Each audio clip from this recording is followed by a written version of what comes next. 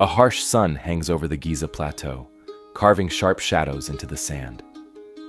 For more than 4,000 years, the Great Pyramid has stood here almost unchanged, a vast mass of stone, watching empires rise and disappear around it. Today it feels permanent, but to the ancient world, it was never meant to stand alone. When the first lists of the Seven Wonders were written, this pyramid was just one entry among many. Across the Mediterranean, colossal statues towered over harbors, temples stretched wider than city blocks, and entire landscapes were reshaped to display human power. These were not myths or symbols. They were real places, widely visited, described in detail, and considered proof that humanity had reached the limits of what was possible. Now, 6 of those wonders are gone. They didn't all fall in a single moment. Some collapsed under earthquakes. Others burned, were dismantled, or quietly stripped for stone as cities changed hands. In many cases, they didn't vanish so much as dissolve, reused piece by piece until nothing recognizable remained. What survives today are fragments, second-hand descriptions, and unanswered questions about how something so famous could disappear so completely. To understand how this happened, we have to follow the traces they left behind. From drowned ruins off the Egyptian coast to foundations buried beneath modern cities, this is the story of the 6 wonders that vanished and why only one was left standing.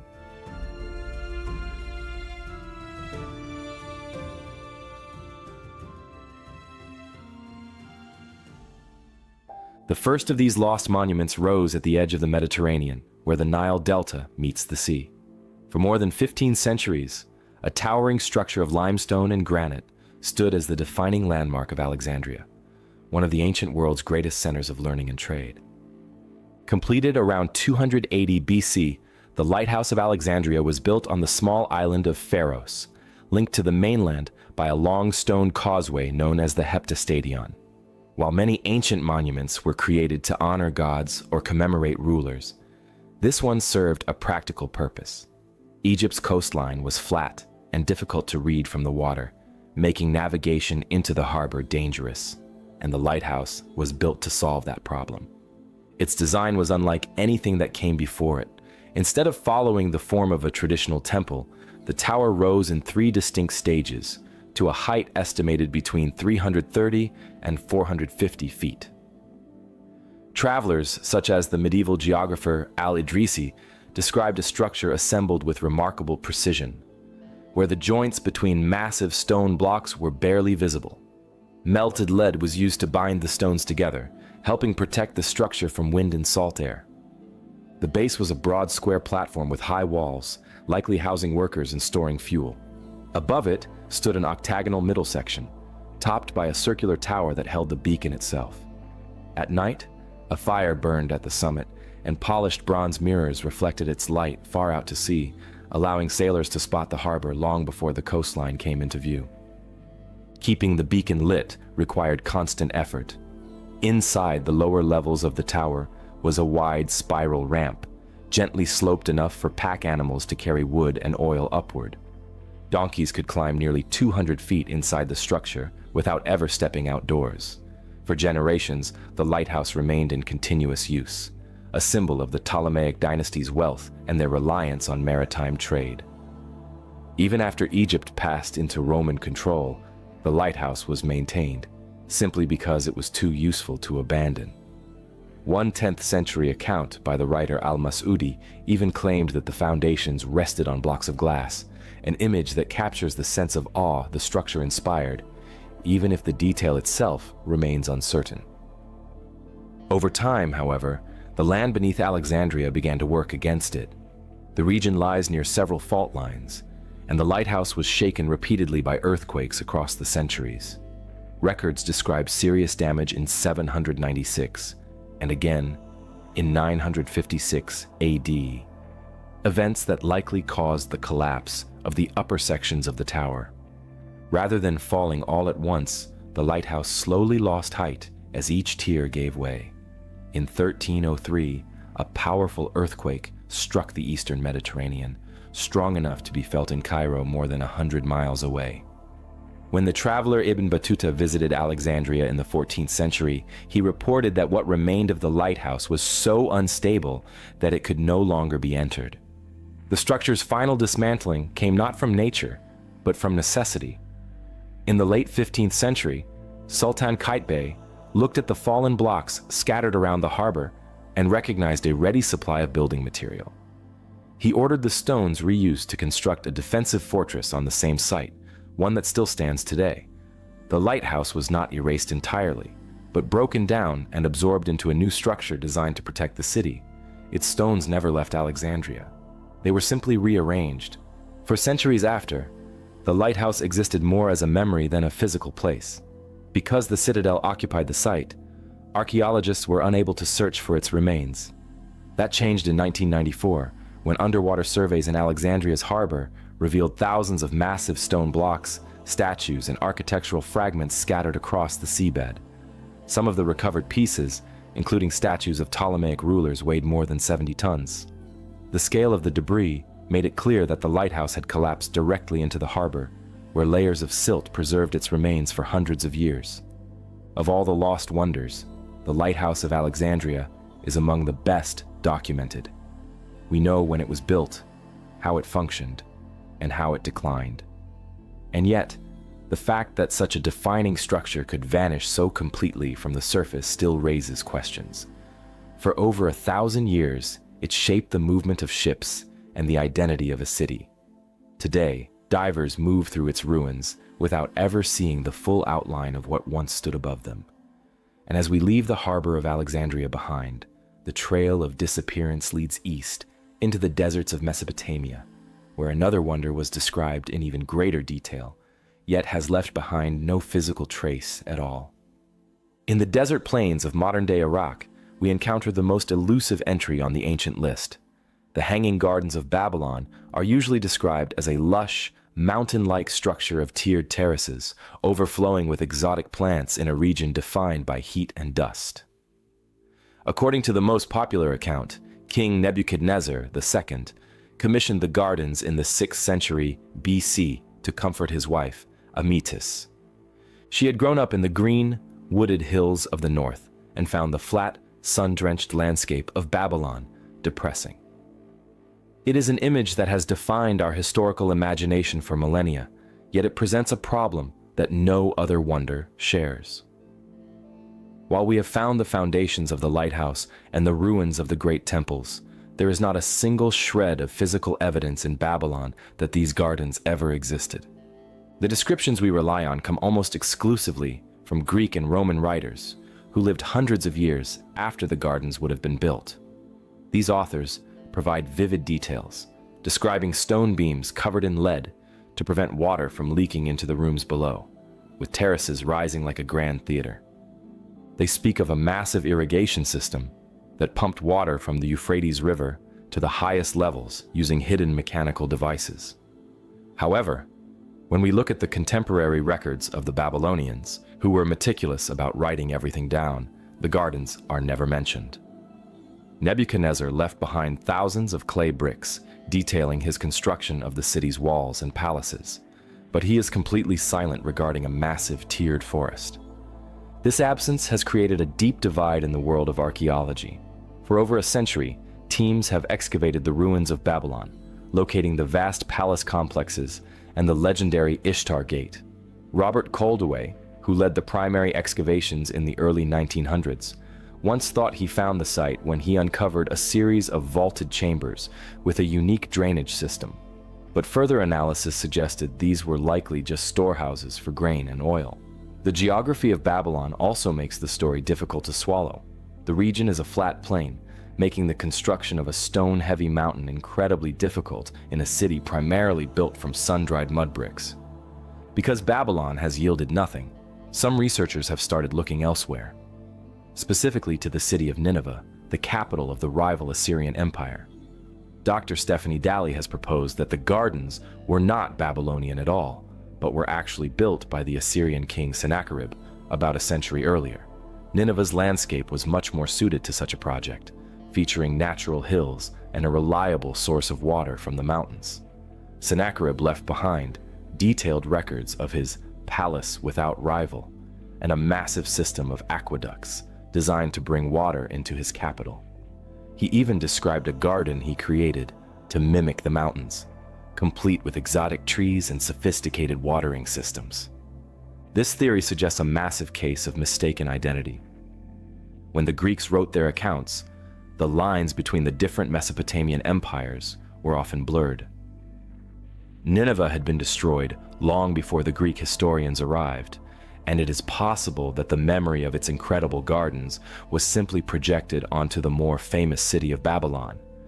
This would explain why the archaeology at Babylon remains empty. We have been looking in the wrong city for a monument that belonged to a different king. If we look at the engineering required for such a project, the sophistication is staggering. To keep a mountain of trees alive in the Mesopotamian sun, the builders would have needed to move thousands of gallons of water every day to a height of nearly 80 feet.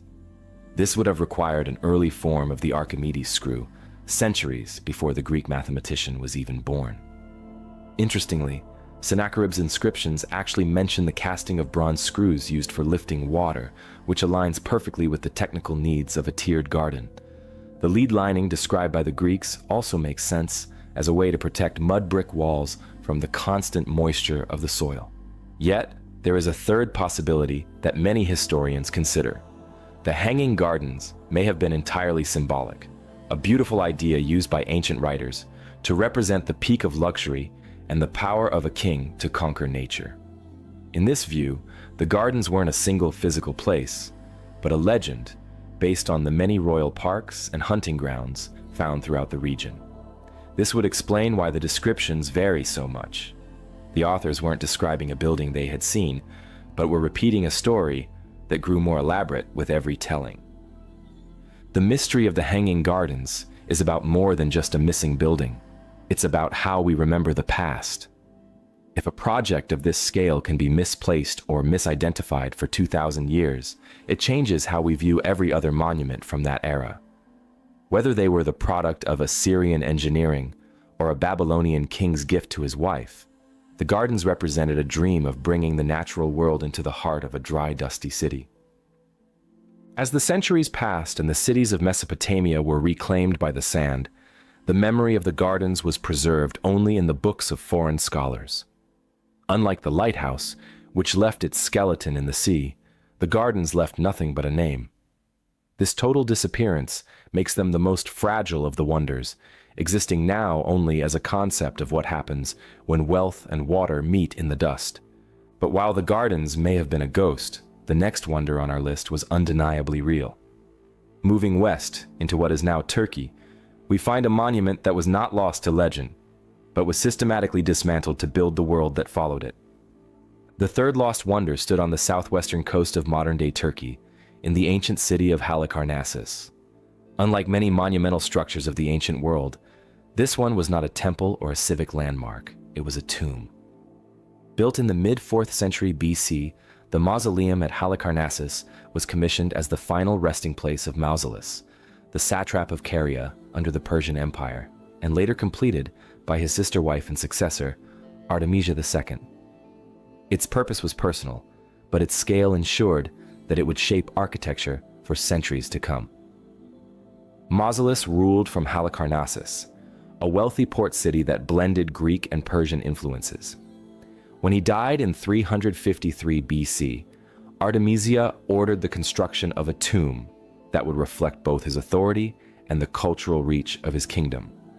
The structure that rose over the city was unlike any funerary monument that had existed before.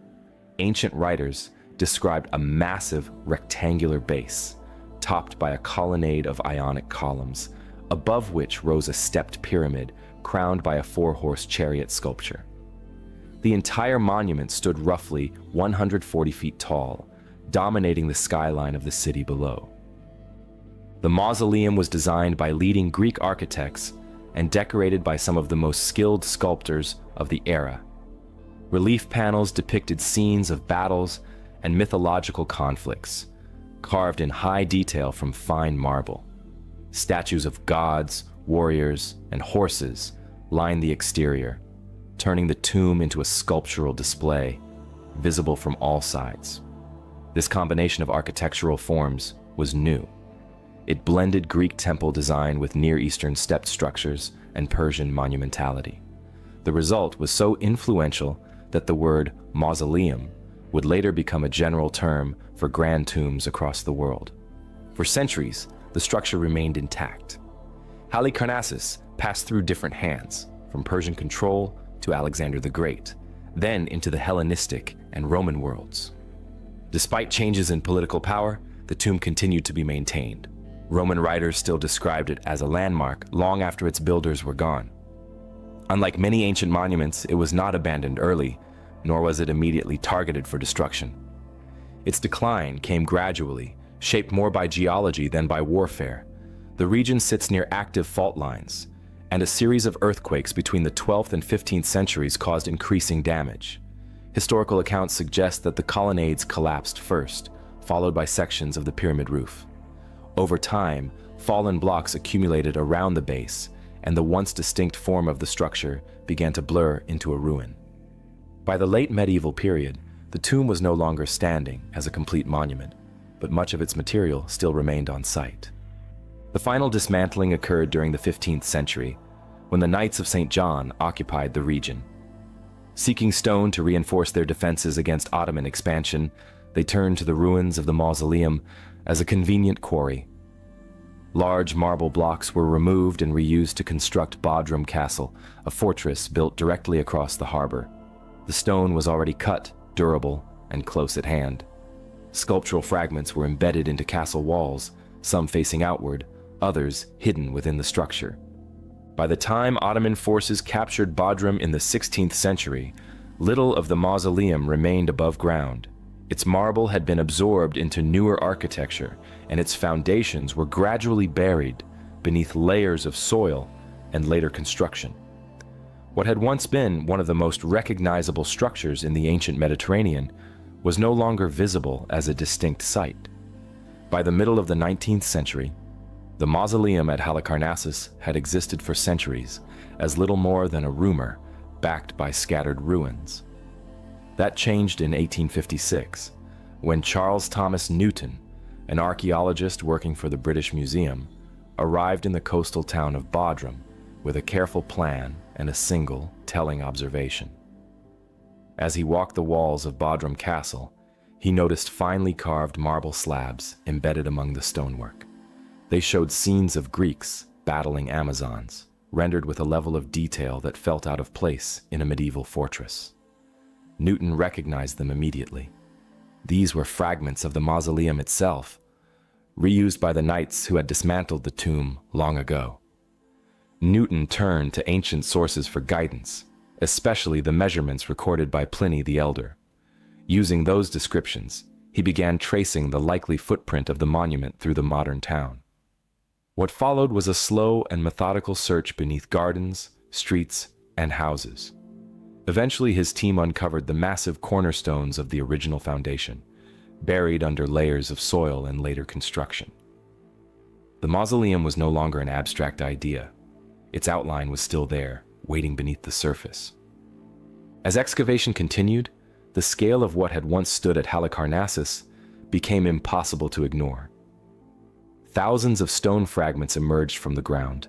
Among them were the enormous marble wheels of the chariot that once crowned the structure, along with sections of the horses that pulled it. Statues believed to represent Mausolus and Artemisia were recovered, their faces worn but still recognizable. These discoveries confirmed that the tomb had risen in distinct tiers, exactly as ancient writers had claimed. What had survived was enough to show that the mausoleum was not simply decorative, but the product of careful planning, skilled labor, and an immense investment of resources. Most of these pieces were transported to London, where they were studied and displayed, forming the first clear picture of the monument's original form. Back in Bodrum, what remained was stark. The excavation left behind exposed foundations, empty chambers, and scattered column bases, marking where walls once stood. The tomb itself was gone, its marble divided between a medieval fortress and distant museum galleries. This layered removal, first by necessity and later by archaeology, explains why such a well-documented wonder survives today only in fragments and outlines. So with the mausoleum reduced to stone impressions and memory, the story shifts again. Not all wonders faded over centuries. Some were lost in moments.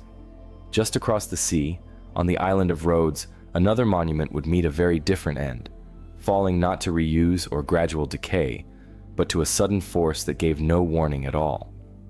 On the sun-drenched island of Rhodes, a project began in 304 BC that was fueled by the adrenaline of a miraculous military victory. The island had just survived a year-long siege by a massive Macedonian army, and in the aftermath, the retreating soldiers left behind an immense amount of bronze and iron siege equipment. Rather than selling the scrap, the people of Rhodes decided to melt it down and forge it into a giant statue of their patron sun god, Helios. They commissioned the sculptor, Chares of Lindos, to build a monument that would reflect their newfound power and independence. The Colossus was a masterpiece of ancient materials science. It stood approximately 110 feet tall, which made it roughly the same size as the Statue of Liberty from feet to crown. Because a bronze shell of that height would collapse under its own weight, Chares designed a clever internal support system. He built a central skeleton of stone blocks, reinforced with heavy iron bars, then gradually layered the bronze plates over the exterior. To reach the higher sections during construction, the workers piled huge mounds of earth around the statue, creating a temporary ramp that grew along with the god of the sun. For over half a century, the Colossus stood as the tallest statue in the ancient world, its polished bronze surface glinting so brightly that it could be seen by ships far out at sea. But in 226 BC, a violent earthquake struck Rhodes. While many of the city's buildings survived, the Colossus was top-heavy. The movement of the earth snapped the statue at its weakest point, the knees. It didn't shatter into 1,000 pieces. Instead, it toppled over onto the land, coming to rest like a fallen giant. This is where the story of the Colossus takes a turn that is different from almost any other wonder. Most monuments are either rebuilt or immediately cleared away. But the people of Rhodes took a different path. An oracle warned them that rebuilding the statue would offend Helios, so they left the ruins exactly where they fell. For the next 800 years, the Colossus lay on the ground, becoming a tourist attraction in its own right. Travelers from across the Roman Empire made the journey to Rhodes just to see the fallen Titan. The Roman writer Pliny the Elder remarked that even lying on the ground, the statue was so vast that few people could wrap their arms around its thumb, and its fingers were larger than most statues. The total disappearance of the statue didn't happen until 654 AD, during the Arab conquest of Rhodes. After centuries of lying in the dirt, the bronze was sold to a Jewish merchant from Edessa. Legend has it that it took a caravan of 900 camels to carry away all the bronze and iron to be melted down for scrap. This final act of industrial recycling erased the last physical traces of the Colossus. Because the bronze was turned into coins, tools, or weapons, the literal body of the sun god was scattered across the medieval world. This erasure has left a void that was eventually filled by myths, specifically the popular image of the Colossus straddling the entrance to the harbor, with ships passing between its legs. While this is the most famous depiction, modern engineering suggests it was highly unlikely. The weight of the statue and the width of the harbor entrance would have exerted forces that the bronze and stone technology of the time could not have supported. Furthermore, building a statue in that position would have required closing the harbor for 12 years, which would have been a financial disaster for a maritime city like Rhodes. Archaeological evidence instead suggests the Colossus likely stood on a high hill overlooking the city or near the sanctuary of Helios. The mystery of the Colossus is how something so massive and so famous could leave no physical footprint behind. There are no foundation stones that we can definitively point to, and not a single fragment of its bronze shell has ever been identified in an archaeological dig. It is a wonder that exists now entirely in the written accounts of those who saw it lying in the dust. The statue was a victim of the very materials that made it great. The bronze was simply too valuable to be left on the ground once the culture that revered it had passed away. As the memory of the bronze giant faded into the medieval era, we move from the islands of Greece to the mainland. Here, another wonder was facing a different kind of threat. It wasn't just the earth or the sea that would claim it, but a shift in the very soul of the people who worshipped there. In a grand temple at Olympia, a god was about to lose his home and eventually his entire physical form. In the Valley of Olympia, the ancient Greeks created a sanctuary that served as the beating heart of their religious life. Every 4 years, a sacred truce was declared, and athletes traveled from across the Mediterranean to compete in honor of Zeus. While the games were a massive draw, the true centerpiece of the valley was housed within the Temple of Zeus. Inside sat a seated figure of the king of the gods, a monument so vast that if the figure had stood up, it would have unroofed the temple. Completed around 435 BC by the master sculptor Phidias, the statue of Zeus was a marvel of craftsmanship and luxury, designed to make every visitor feel as if they were standing in the presence of the divine. The statue was constructed using a technique known as chryselephantine. It featured an internal wooden frame overlaid with thin, polished plates of ivory to mimic the god's skin and sheets of solid gold for his flowing robes and sandals. Zeus sat on an elaborate throne, carved from cedar wood and inlaid with ebony, ivory, and precious stones. In his right hand, he held a figure of Nike, the goddess of victory, and in his left, a scepter topped with an eagle. The height of the monument reached over 40 feet, and it was kept in a constant state of brilliance. Because the ivory was susceptible to the humidity of the valley, the temple priests maintained a pool of olive oil on the floor in front of the statue to keep the air moist and prevent the ivory from cracking. For 800 years, the statue of Zeus was the most revered object in the Greek world. It was a site of pilgrimage for emperors and peasants alike. However, as the Roman Empire transitioned to Christianity in the 4th century AD, the sanctuary at Olympia began to lose its protection. The Olympic Games were eventually banned as a pagan festival by Emperor Theodosius I, and the Great Temple was closed. This was the beginning of a period of deep uncertainty for the monument. While many other pagan statues were destroyed on sight by religious zealots, the Zeus was too valuable and too famous to be simply smashed into pieces. The trail of the statue's final days leads away from the valley and toward the city of Constantinople, the new capital of the empire. According to several historical accounts, a wealthy chamberlain named Lausus had the statue dismantled and transported to his private palace in the city. The logistics of moving a 40-foot monument made of gold, ivory, and wood across hundreds of miles of sea and land would have been a staggering task. It is likely that the statue was taken apart in sections, carefully packed, and reassembled within the halls of the palace. For a brief period, the king of the Greek gods lived on as a piece of art in a Christian capital, stripped of its religious power, but preserved for its aesthetic beauty. The mystery of its disappearance centers on a catastrophic fire that swept through Constantinople in 475 AD. The palace of Lausus was caught in the blaze, and the Great Fire is believed to have consumed the collection within. Because the statue was built on a wooden core, it would have been highly flammable. Once the interior framework caught fire, the ivory plates would have shattered from the heat, and the gold robes would have melted into unrecognizable pools. Unlike the bronze Colossus or the marble Mausoleum, the materials that made the Zeus so magnificent also made it incredibly fragile in the face of fire. Archaeologists at Olympia have found the workshop where Phidias originally carved the statue. They discovered the clay molds used to shape the gold drapery, fragments of ivory, and even a small cup with the sculptor's name engraved on the bottom.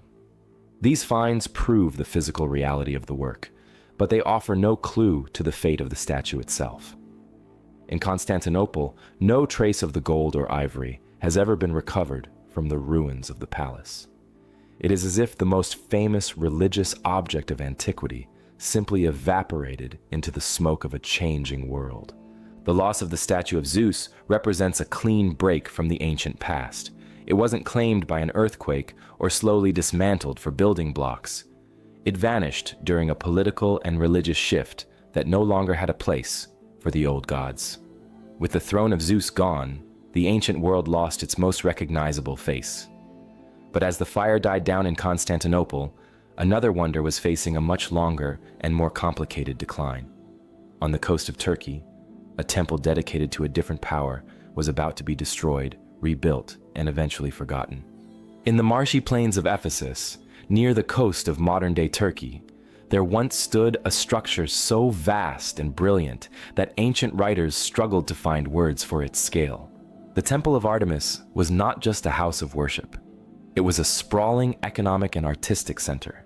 It was the first monumental building in the world to be constructed almost entirely of white marble, supported by 127 towering columns, each standing 60 feet tall.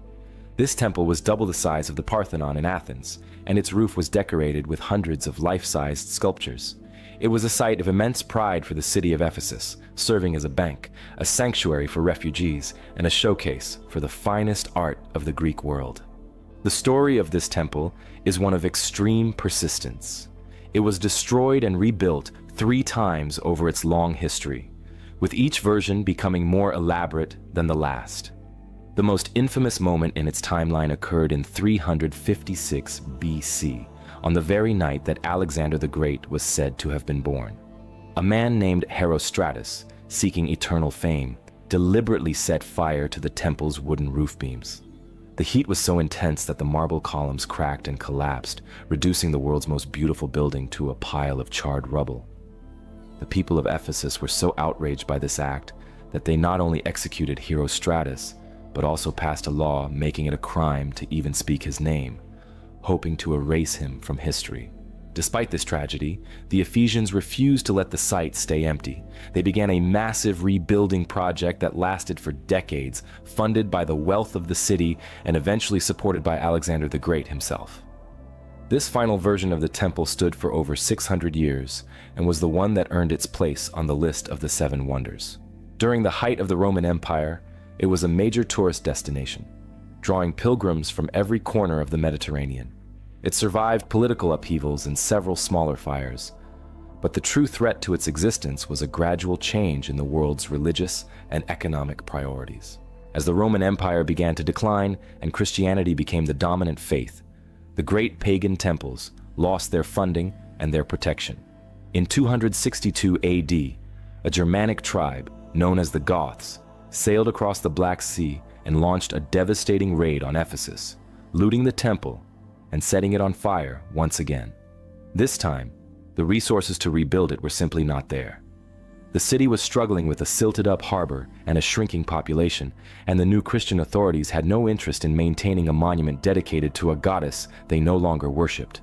The temple was left to the elements, and the marshy ground it was built on began to swallow the foundations.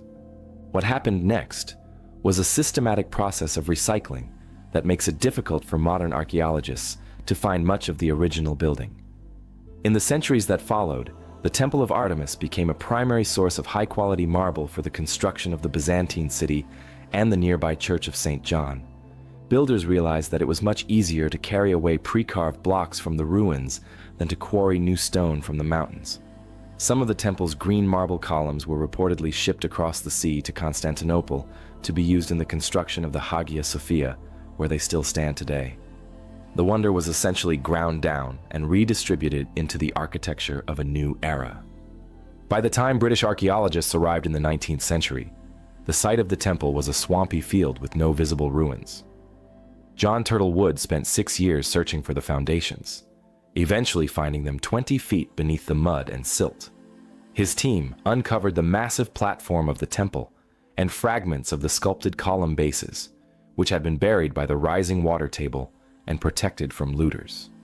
These fragments, now housed in the British Museum, show the incredible detail of the carvings, featuring scenes of gods and heroes that were once part of the temple's base. The disappearance of the Temple of Artemis presents a unique mystery. Why did a building that was rebuilt so many times eventually fail to survive? The answer lies in the shifting nature of the city itself. When the harbor of Ephesus silted up and the sea receded, the city lost its wealth and its connection to the outside world. Without a thriving port and a supportive religious culture, the massive cost of maintaining a marble temple of that scale was impossible to sustain. The marshland, which had once protected the building from earthquakes by acting as a shock absorber, eventually became its grave. Today, a single column, pieced together from mismatched fragments, stands in a lonely field to mark where the wonder once rose. It is a quiet end for a monument that was once the pride of the Mediterranean. With the temple gone, we move from the stories of specific monuments to the broader question of survival. Why did these 6 wonders vanish, while one, built even earlier and in a harsher climate, remained untouched by time? When we examine the wreckage of antiquity, it becomes clear that survival was the exception rather than the rule. 6 of the world's greatest achievements were lost to a combination of shifting earth and changing politics. Yet the oldest of them all, the Great Pyramid of Giza, remains almost entirely intact. This presents a striking contrast. While the bronze of the Colossus was melted down and the marble of the Temple of Artemis was carried away for building blocks, the Great Pyramid stayed put, watching the rise and fall of every empire that tried to claim it. The primary reason for this endurance is the sheer physics of its design. Most other wonders were vertical, elegant structures that relied on slender columns or internal skeletons. The lighthouse and the mausoleum were susceptible to the swaying of the earth, and their heavy upper sections eventually became their downfall during earthquakes. The Great Pyramid, however, has no high center of gravity and very little internal space relative to its mass. It is a solid, broad-based structure that distributes its weight so effectively that even violent tremors in the Nile Valley did little more than rattle its casing stones. Geography and culture also provided a layer of protection. Many of the lost wonders were located in busy coastal trading hubs like Rhodes or Ephesus, cities constantly at the center of warfare. When a new power took over, these monuments were often viewed as a source of free materials. The Great Pyramid sat at the edge of a vast desert, far enough from the urban sprawl of later medieval cities that it was rarely worth the effort to dismantle it entirely. While its smooth outer casing was stripped to build the mosques of Cairo, the core was simply too massive to move. The erasure of the other monuments reveals a more practical reality of history.